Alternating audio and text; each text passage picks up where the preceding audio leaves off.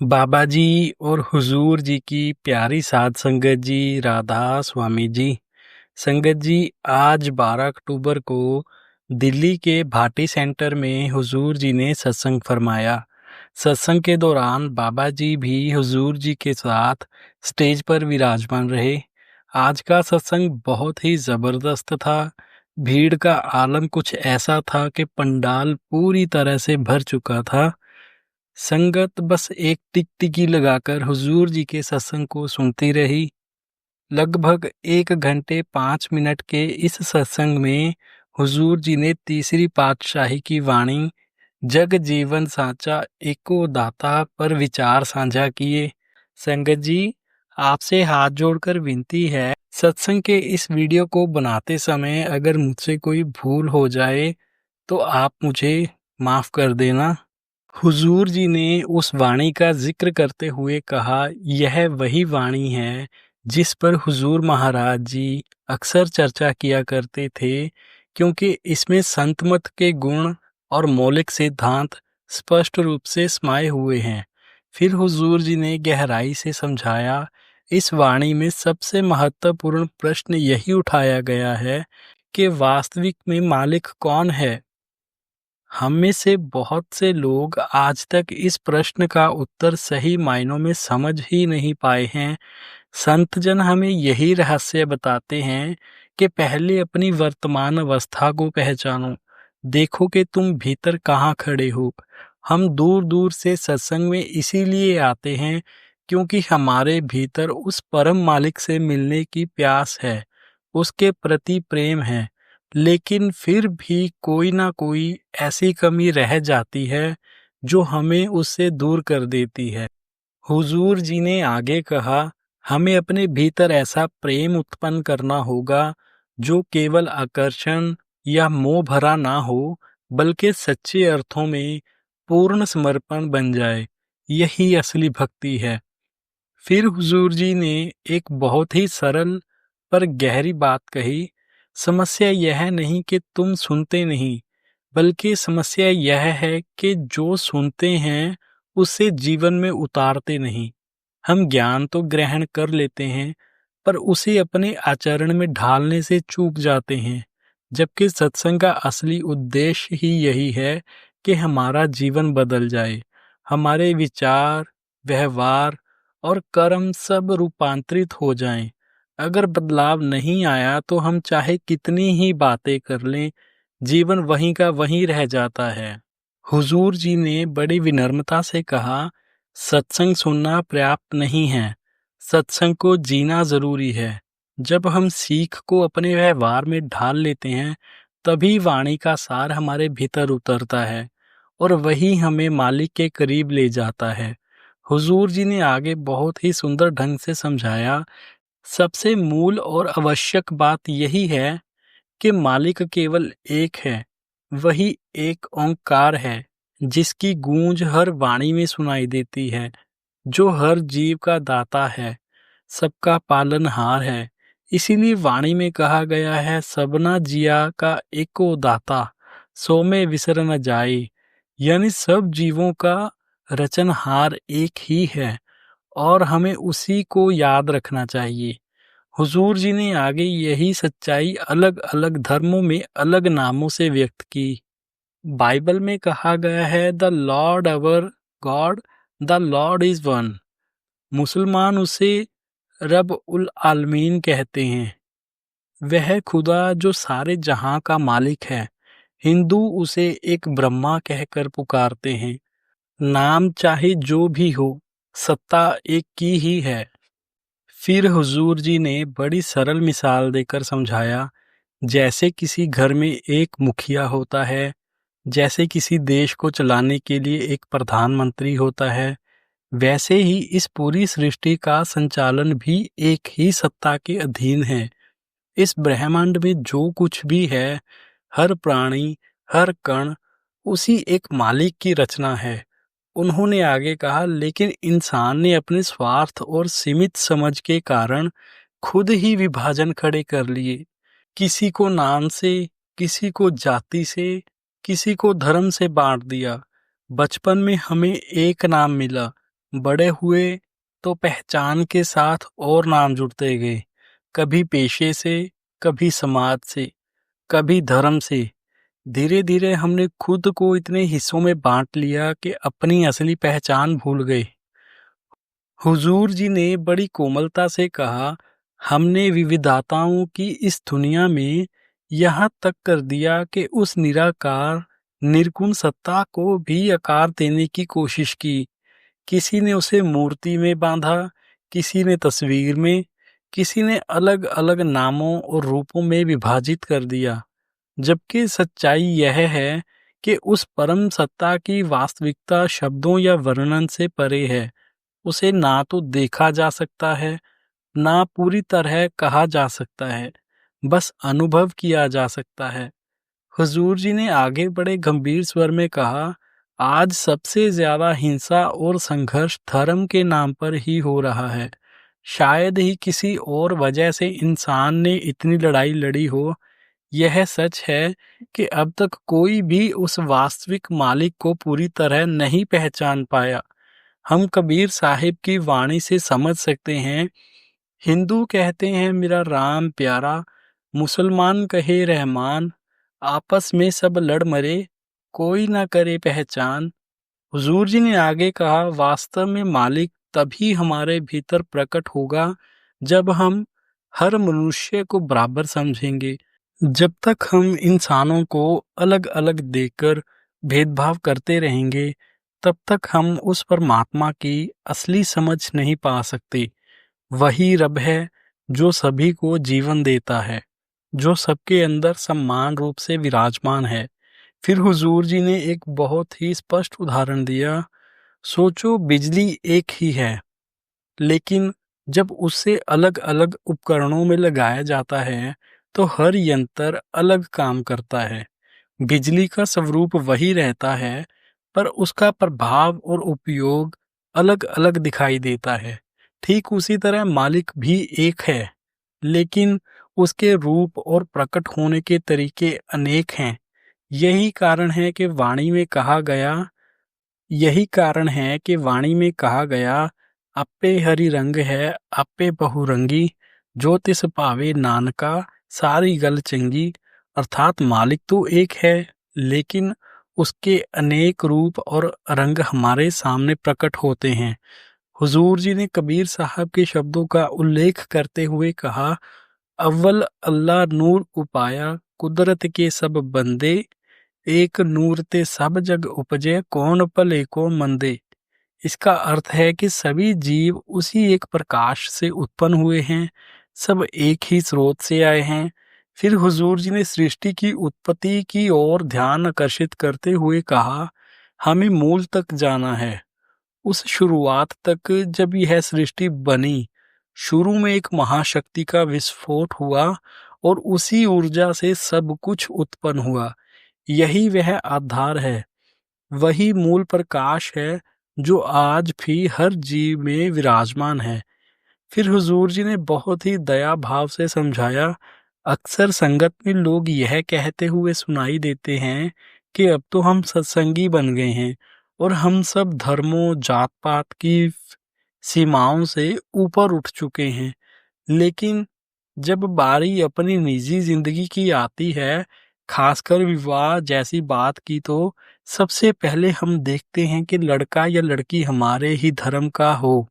फिर उसी के बाद जात पात का मुद्दा उठता है और फिर कुंडलियां मिलाने का दौर शुरू होता है। उसके बाद शुभ दिन और मुहूर्त ढूंढे जाते हैं। हुजूर जी ने बड़ी कोमलता से पूछा, क्या हमें सच में लगता है कि मालिक ने किसी इंसान को अधूरा बनाया है? क्या हमें यह विश्वास है कि उनकी बनाई कोई घड़ी या कोई दिन अशुभ हो सकता है? उन्होंने आगे समझाया, जो लोग कुंडलियों पर भरोसा करके विवाह करते हैं, क्या उनकी जिंदगी में कभी मतभेद या दुख नहीं आते? क्या वो हमेशा सुखी रहते हैं? फिर हुजूर जी ने कहा, असल बात तो यह है कि हमें यह देखना चाहिए सामने वाला इंसान कैसा है, उसकी सोच क्या है, उसका स्वभाव कैसा है, उसका चरित्र कैसा है। यही बातें असली मायने रखती हैं। लेकिन अफ़सोस हम इन्हीं सबसे अहम बातों को नज़रअंदाज कर देते हैं और बाहरी बातों में उलझ जाते हैं। हुजूर जी ने आगे बड़ी करुणा और सच्चाई से समझाया, आज के दौर में यह हाल हो गया है, लोग अपनी दुकानों पर 3-3 संतों की तस्वीरें टांग देते हैं। कई-कई देवी देवताओं की मूर्तियां सजाकर रख देते हैं। मन में सोचते हैं, अगर एक ने ना सुनी तो दूसरा दया कर देगा। बस किसी तरह से व्यापार चलता रहे, काम बनता रहे। हुजूर जी आगे बोले, यह सब हमारे मन की उलझन और अस्थिरता का संकेत है। हमने खुद ही मालिक को टुकड़ों में बांट दिया है। किसी को शिव कहा, किसी को राम, किसी को अल्लाह, किसी को वाहेगुरु। लेकिन सच्चाई तो यह है कि मालिक केवल एक ही है, वही एक ओंकार है। मालिक लफ्जों के दायरे से परे है। फिर हुजूर ने बहुत प्रेम से कहा, अब सवाल उठता है कि आखिर यह मालिक कौन है, कैसा दिखता है। हुजूर जी बोले, मालिक का कोई रूप नहीं, वह निराकार है, अनामी है, जिसे ना देखा जा सकता है, ना छुआ जा सकता है। वह तो बस शब्द के रूप में विराजमान है। इसके बाद हुजूर जी ने शब्द के असली अर्थ की बड़ी सुंदर व्याख्या की। इसके बाद हुजूर जी ने कहा, शब्द कोई बाहरी आवाज या मंत्र नहीं, बल्कि वह जीवांत शक्ति है जो हमारे भीतर धड़क रही है। वही ऊर्जा हमारे शरीर को जीवित रखती है। जब यही शक्ति शरीर को छोड़ देती है, तब हम उसे मृत्यु कहते हैं। असल में शब्द ही जीवन का आधार है। उसी से सृष्टि बनी है, उसी में विलीन हो जाएगी। अब सवाल उठता है कि इस शब्द को जानना, उसे पहचानना कैसे संभव है। हुजूर जी ने आगे कहा, इसकी असली पहचान तभी हो सकती है जब गुरु की कृपा हम पर उतरती है। फिर उन्होंने एक और बात कही, असल में शब्द ही सच्चा गुरु है और आत्मा उसकी शिष्य। शब्द गुरु सूरत धुन चेला। हुजूर जी ने स्वामी जी की वाणी का स्मरण करते हुए कहा, गुरु मोहे अपना रूप दिखाओ। हुजूर जी ने स्पष्ट किया कि यहाँ स्वामी जी का आशय किसी बाहरी रूप या शरीर से नहीं था, बल्कि उस आंतरिक दर्शन से था जो भीतर घटित होता है। लेकिन हमारी आदत क्या है, हम जो बाहर दिखता है उसी के सामने सिर झुकाना भक्ति समझ लेते हैं। हुजूर जी ने समझाया, हम अपने बलबूते उस शब्द रूपी गुरु को खोज नहीं सकते, इसीलिए बाहर गुरु की आवश्यकता होती है, क्योंकि वही हमें भीतर छिपे उस गुरु यानी शब्द की ओर मार्ग दिखाता है। लेकिन साथ ही सच्चे संत की पहचान करना भी जरूरी है। वही संत सच्चा है जो केवल शब्द का संदेश देता है, जो धर्म, जात पात या किसी भी भेदभाव से ऊपर उठकर सभी को बराबरी की दृष्टि से देखता है। सच्चे संत का धर्म केवल प्रेम है और उनका उपदेश सबको एक सूत्र में बांधने वाला है। फिर हुजूर जी ने मानव शरीर के अनमोल महत्व पर ध्यान आकर्षित किया और समझाया, सबसे पहले यह जान लो कि यह मानव शरीर कोई साधारण चीज नहीं है। इसके भीतर एक अद्भुत खजाना छिपा है, जिसमें सत्य का अमृत भरा है। अपने शरीर को तुच्छ मत समझो, यही जीवित परमात्मा का मंदिर है। हुजूर जी ने आगे कहा, यह वही सरोवर है जिसमें संत महापुरुष हमें नाम के अमृत से स्नान करने की शिक्षा देते हैं। इसीलिए संत बार बार यह याद दिलाते हैं कि मानव जन्म कितना अनमोल है। हमने अनगिनत जन्मों में भटकते हुए यह शरीर पाया है, कभी कीड़े मकोड़े के रूप में, कभी वृक्ष पौधों में, कभी पक्षियों और पशुओं के शरीर में, और तभी जाकर हमें यह दुर्लभ मानव जीवन मिला। हुजूर जी ने समझाया, 84 लाख जूनियों का मतलब क्या है। अगर एक जूनी में भी केवल एक वर्ष भी बीता हो, तो इतने लाखों वर्षों बाद ही हमें यह मानव जन्म मिलता है। इतने समय में कई युग बदल जाते हैं। वाणी में भी आया है, लाख 84 जून संभाई मानस को प्रबुद्धि वड्याई, अर्थात अनगिनत जन्मों के बाद ही हमें यह मानव शरीर प्राप्त होता है ताकि हम प्रभु की भक्ति कर सकें, उसकी महिमा गा सकें। लेकिन हम इस बहुमूल्य जीवन को व्यर्थ करने में लगे रहते हैं। आगे हुजूर जी ने फरमाया, आज इंसान ने विज्ञान की ताकत से ऐसी ऊंचाइयां छू ली हैं जिसकी कभी कल्पना भी नहीं की जा सकती थी।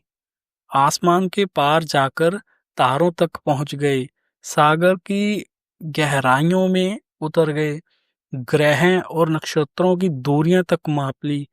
लेकिन दुख की बात यह है, अपने भीतर झांकना ही भूल गए। बाहरी दुनिया को तो जीत लिया, पर अपने अंदर की दुनिया अब भी अनजानी है। आत्मा की उड़ान भरना तो दूर, उसे पहचानने की कोशिश तक नहीं की। फिर हुजूर जी ने कहा, आज इंसान का हाल जानवरों जैसा होता जा रहा है। छोटी छोटी बातों पर प्रतिक्रिया दे देते हैं, गुस्से में भड़क उठते हैं, जबकि मालिक ने हमें विवेक का वरदान दिया था ताकि हम सही और गलत का फर्क समझ सकें। लेकिन अफसोस, हमने उसी विवेक की शक्ति को उल्टा मोड़ लिया। उसका इस्तेमाल भलाई में नहीं, बुराई में कर रहे हैं। हुजूर जी बोले, असल में हमें 5 विकारों ने जकड़ रखा है: काम, क्रोध, लोभ, मोह और अहंकार। इस युग में एक नया विकार और जुड़ गया है, मोबाइल फोन। सिमरन का वक्त निकालना हमें भारी लगता है, लेकिन उसी समय को मोबाइल पर खर्च करना आसान लगता है। सुबह आंख खुलते ही मोबाइल हाथ में और रात को नींद आने से पहले भी मोबाइल साथ में। अगर किसी दिन मोबाइल हाथ ना लगे तो बेचैनी और घबराहट होने लगती है। सोचो, क्या वही वक्त हम भजन सिमरन में नहीं लगा सकते? हुजूर जी ने आगे समझाया, कई लोग पूछते हैं कि सत्संग में मोबाइल जैसी बातों का जिक्र क्यों होता है। बेटा, सत्संग वही जगह है जहां हमें आईना दिखाया जाता है ताकि हम पहचान सकें कि कौन सी चीज हमें मालिक से दूर ले जा रही है। यहाँ हमें अपने भीतर की सच्चाई से रूबरू कराया जाता है, लेकिन हमने तो इस माया जगत को ही सच्चा मान लिया है। हमें लगता है कि यही हमारा असली घर है, जबकि सच्चाई यह है कि हमारा घर कहीं और है, उस मालिक के दर पर जहाँ से हमारी आत्मा आई थी और जहाँ उसे लौटना है। महाराज जी अक्सर कहा करते थे, ना यह धरती हमारी असली मातृभूमि है, ना कोई कौम या मजहब हमारी पहचान। हमारा सच्चा देश तो सचखंड है। हमारी असली जाति है सतनाम, और हमारा असली धर्म है मालिक से प्रेम करना, उस पर इश्क लुटाना। हुजूर जी ने सहजता से समझाया, हर जीव के अंदर मालिक का ही निवास है। बाबा जी भी सत्संगों में बार बार यही बात दोहराते हैं कि परमात्मा कोई दूर आकाश में बैठा हुआ स्वरूप नहीं है, बल्कि वह हमारे बहुत करीब है। हमारे भीतर ही उसे महसूस किया जा सकता है, उसके अस्तित्व को जाना जा सकता है। लेकिन फिर मन में प्रश्न उठता है, कैसे? आखिर उस परम सत्ता का अनुभव किया कैसे जाए? हुजूर जी ने वाणी का हवाला देते हुए कहा, सो जन निर्मल जिन आप पछाता। यानी वही व्यक्ति निर्मल है जिसने अपने भीतर झांक कर अपने मालिक को पहचान लिया। वही समझ पाया कि जीवन का असली मकसद क्या है। जिसने भीतर के प्रभु को जान लिया, उसे संसार के हर भ्रम से मुक्ति पा ली। वही सच में सफल जीवन जी पाया। हुजूर जी ने कहा, हमने परमात्मा को एक इंसान के रूप तक सीमित कर दिया है, जबकि वह किसी शरीर या रूप का मोहताज नहीं है। वाणी में स्पष्ट कहा गया है, चौथे लोक बसत एक स्वामी, यानी वह परम सत्ता इन तीनों लोकों से परे एक अलग ही स्तर पर विराजमान है। फिर हुजूर जी ने एक उदाहरण देकर समझाया, हम अभी तो नर्सरी के बच्चों जैसे हैं और चाह रहे हैं कि 12वीं की किताबें समझ लें। जैसे कच्चा सोना आग में तपकर ही अपनी असली चमक और कीमत हासिल करता है, वैसे ही आत्मा को भी साधना और अनुभव की भट्टी से गुजरना पड़ता है, तभी उसका वास्तविक तेज प्रकट होता है। हुजूर जी बोले, जैसे एक छोटा सा बीज भीतर ही भीतर यह जानता है कि एक दिन वह विशाल पेड़ बनेगा, वैसे ही हमारी आत्मा के भीतर भी यह ज्ञान छिपा हुआ है कि उसका मूल परमात्मा है। उसकी असली यात्रा उसी तक पहुंचने की है, उसी से मिल जाने की है। आगे हुजूर जी ने समझाया, मालिक ने हमें यह अनमोल मनुष्य जन्म इसीलिए दिया है कि हम अपनी सच्ची पहचान को खोज कर सकें, अपने भीतर के प्रभु से मिलन कर सकें। लेकिन हम करते क्या हैं? जैसे कोई विद्यार्थी स्कूल तो जाता है पर पढ़ाई छोड़कर खेल-कूद और मस्ती में लग जाए। क्या उसे समझदार कहा जा सकता है? बिल्कुल नहीं। उसी तरह जब हम जीवन के वास्तविक उद्देश्य को भूलकर माया, दिखावे और संसार के झूठे आकर्षणों में फंस जाते हैं, तो फिर हम खुद को ज्ञानी या विवेकी कैसे कह सकते हैं? हुजूर जी ने आगे कहा, हम अपने ही बनाए हुए आराम के घेरे में बंधे रहते हैं और यही हमारी सबसे बड़ी रुकावट है। जब तक हम अपनी सुविधा और आलस्य के दायरे से बाहर नहीं निकलेंगे, तब तक मालिक तक पहुंचना संभव नहीं। मालिक की राह त्याग, साहस और सच्चे प्रेम की राह है, और जब हम इस पर चल पड़ते हैं, तभी उसकी झलक मिल सकती है। आगे हुजूर जी ने फरमाया, संत महापुरुष हमेशा यही बात समझाते हैं कि जब इंसान नाम के रस में भीग जाता है, तो उसका मन वैराग में स्थिर हो जाता है। वह हंस की तरह बन जाता है, जो जल और दूध में भेद कर लेता है।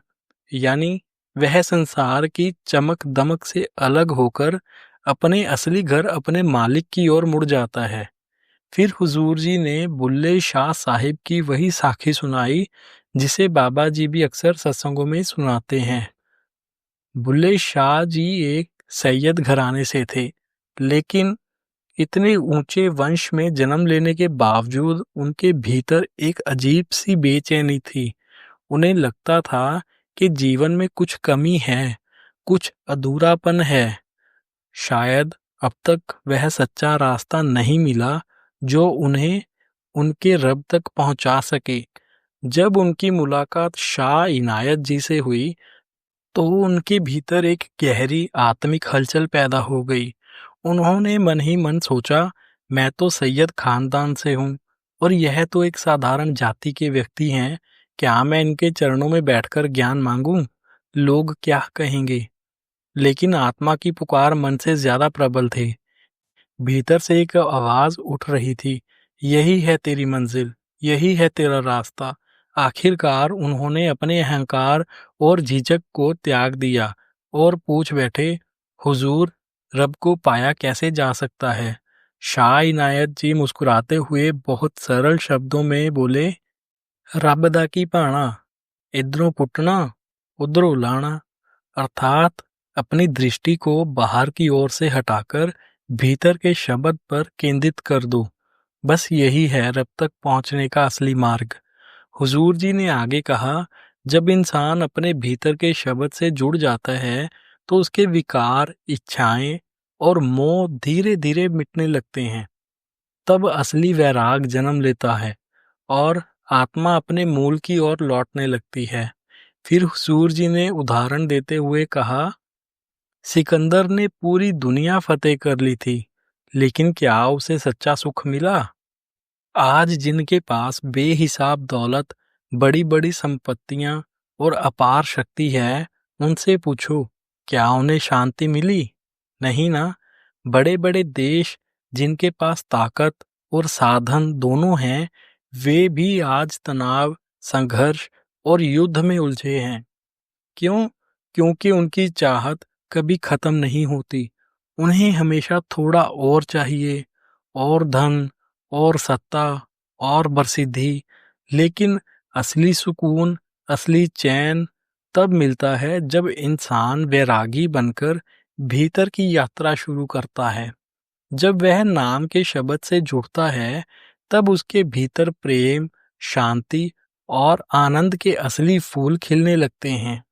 उसी क्षण उसकी आत्मा अपने सच्चे घर की राह पकड़ लेती है और वहीं से सच्चे सुख और सच्चे प्रेम की शुरुआत होती है। आगे हुजूर जी ने बड़ी कोमलता और प्रेम से समझाया, जब आत्मा ने पहली बार इस सृष्टि में कदम रखा था, तब वह सीधे परमात्मा की गोद से आई थी। उस अवस्था में ना कोई कमी थी, ना कोई दर्द, ना कोई चाह। वह पूर्ण आनंद, प्रकाश और शांति में लीन थी। लेकिन जैसे ही उसने माया की ओर दृष्टि डाली, उसका ध्यान बाहर की दुनिया में अटक गया। धीरे धीरे वह बाहरी सौंदर्य, मोह और दिखावे में फंसती चली गई और अपने मूल स्वरूप, अपने मालिक को भूल बैठी। फिर हुजूर जी ने एक बहुत सुंदर उदाहरण दिया। जैसे एक छोटा सा पतंगा रात के अंधेरे में दीपक की लौ के चारों ओर मंडराता रहता है, उसे लगता है कि वही प्रकाश उसके सुख का स्रोत है, लेकिन अंत उसी ज्योति में जलकर अपना अंत कर लेता है। ठीक वैसा ही हाल हमारी आत्मा का है। हम भी इस संसार की चमक दमक को ही सुख मान बैठे हैं और बार बार उसी माया में लौटते हैं। इसी आकर्षण, इसी मोह ने हमें जन्म मरण के चक्कर में बांध रखा है। हुजूर बोले, मौत हर क्षण हमारे दरवाजे पर दस्तक दे रही है, लेकिन हम माया की नींद में इतने डूबे हुए हैं कि उसकी आहट तक नहीं सुनते। हम उसी पुराने चक्कर में घूमते रहते हैं, इच्छाओं, मोह और अस्थायी सुखों के पीछे भागते हुए। हमें ना अपने असली घर का पता है, ना उस मालिक की याद बची है जिससे हमारा अस्तित्व जुड़ा है। हुजूर जी ने बड़ी गहराई से कहा, यही मानव जन्म हमें इसीलिए मिला था कि हम अपने भीतर झांक कर अपनी आत्मा को पहचान सके और उसे, उस परमात्मा से मिलने की यात्रा शुरू कर सकें। लेकिन अफसोस, हम उस अमूल्य अवसर को व्यर्थ गवा रहे हैं, उस जीवन को बेकार कर रहे हैं जो स्वयं परमात्मा से मिलने का सेतु बन सकता था। हुजूर आगे बोले, हम सालों बाद के लिए आज ही प्लानिंग कर लेते हैं। हुजूर महाराज जी फरमाया करते थे, यह तुम्हारी प्लानिंग है, लेकिन उसकी क्या प्लानिंग है यह तुम नहीं जानते। मौत तुम्हारे दरवाजे पर है। हुजूर बोले, इसीलिए संत महापुरुष कहते हैं, जो व्यक्ति जीते जी मरना सीख लेता है, यानी जिसने देह और माया के मोह से ऊपर उठना सीख लिया, उसे फिर बाहरी हलचलों से कोई विचलित नहीं कर सकता। संसार का शोर उसे प्रभावित नहीं करता, क्योंकि उसका मन भीतर की शांति में ठहर चुका होता है। हुजूर जी ने आगे बहुत सरल शब्दों में समझाया, ध्यान कहाँ लगाना है, इसका उत्तर भी हमारे भीतर ही छिपा है। ध्यान को टिकाना है तीसरे नेत्र पर, उस सूक्ष्म बिंदु पर जहां से भीतर का मार्ग खुलता है। जब साधक अपनी एकाग्रता को वहीं स्थिर करता है, तो अंदर से एक दिव्य प्रकाश प्रकट होता है। वही असली दर्शन है और उसी में आत्मा सच्चा सुख, सच्चा परम नंद अनुभव करती है। इसके बाद हुजूर जी ने कहा, सिर्फ पढ़ लेने या सुन लेने से कुछ हासिल नहीं होता। ज्ञान तभी सार्थक होता है जब उसे अपने जीवन में उतारा जाए। वाणी में भी कहा गया है, पढ़ पढ़ पोथी अवर समझाए, घर जलते ही खबर न पाए। अर्थात जो व्यक्ति केवल ग्रंथों का पाठ करता है और दूसरों को उपदेश देता फिरता है, पर खुद अपने भीतर झांकने की कोशिश नहीं करता, उसे अपने ही भीतर उठी आग का भी अंदाजा नहीं होता। वह दूसरों के घर की बात जान लेता है, लेकिन अपनी आत्मा के घर में क्या चल रहा है उसे अनजान रहता है। हुजूर जी ने कहा, इसीलिए जरूरी है कि हम सिर्फ लफ्जों तक सीमित ना रहें, बल्कि अनुभव की राह पर कदम बढ़ाएं। जब ध्यान भीतर जाता है, तभी आत्मा अपनी वास्तविक रोशनी को पहचानती है और तभी मालिक के सच्चे दर्शन संभव होते हैं। हुजूर जी बोले, गुरु नानक देव जी बार बार यही सिखाते थे कि चाहे कोई बरसों तक पढ़ाई करता रहे, महीनों तक ग्रंथ में डूबा रहे या उम्र भर हर सांस के साथ ज्ञान की बातें दोहराता रहे, जब तक वह खुद उस राह पर नहीं चलता, तब तक सच्चा फल नहीं मिलता। सिर्फ सुनने और बोलने से आत्मा को कुछ हासिल नहीं होता, उल्टा अधिक पढ़ने सुनने से कई बार मन में घमंड आ जाता है और इंसान खुद को बहुत ज्ञानी, बहुत ऊंचा समझने लगता है। हुजूर जी ने समझाया, यह अहंकार कब मिटेगा? जब हम अपने मन को शब्द से जोड़ लेंगे, जब भीतर की धुन उस दिव्य नाद से हमारा संबंध बनेगा, तब यह भ्रम मिटेगा और अहंकार अपने आप समाप्त हो जाएगा। आगे हुजूर जी ने समझाया, हम दिन रात अपने ही मन की आग में जल रहे हैं। भीतर लोभ का कुत्ता लगातार भौंकता रहता है, उसे कभी तृप्ति नहीं मिलती। मन को हमेशा कुछ और चाहिए, थोड़ा और, थोड़ा ज्यादा। पर क्या हमने कभी सोचा, संतोष कहाँ से आएगा? संतोष तभी मिलेगा जब हम अपने भीतर उतरना शुरू करेंगे, जब आत्मा को उसके स्रोत से जोड़ेंगे। फिर हुजूर बोले, आज जरा चारों ओर नजर डालो, हर जगह बेचैनी, दौड़ भाग और संघर्ष है। इंसान के पास साधन तो है, पर शांति नहीं। घरों में सुख सुविधा है, पर चैन गायब है।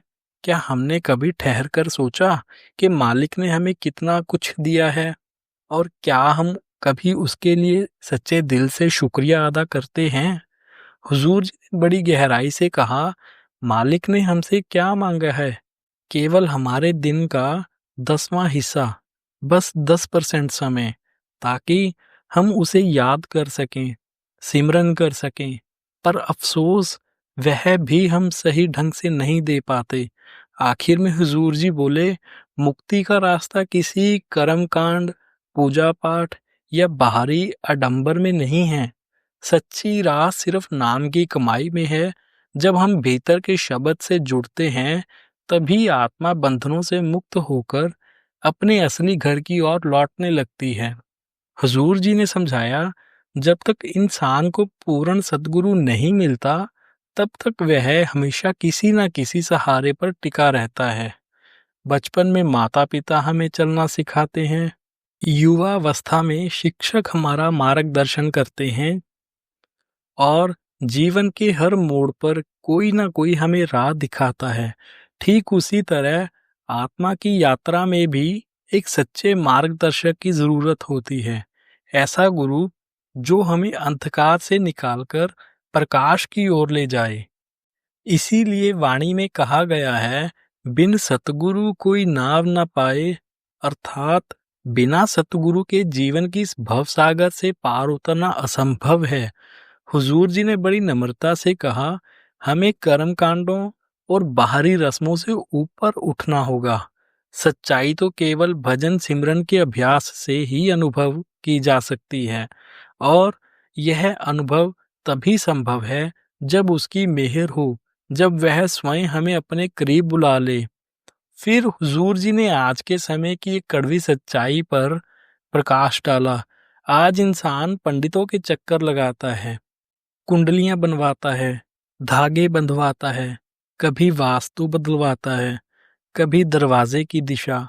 उसे लगता है कि इन बाहरी उपायों से किस्मत पलट जाएगी, लेकिन जरा सोचो, अगर सचमुच पंडित या तंत्र मंत्र भाग्य बदल सकते, तो कोई अमीर दुखी ना होता, कोई मंत्री अपनी कुर्सी ना खोता और कोई शक्तिशाली व्यक्ति असफल ना होता।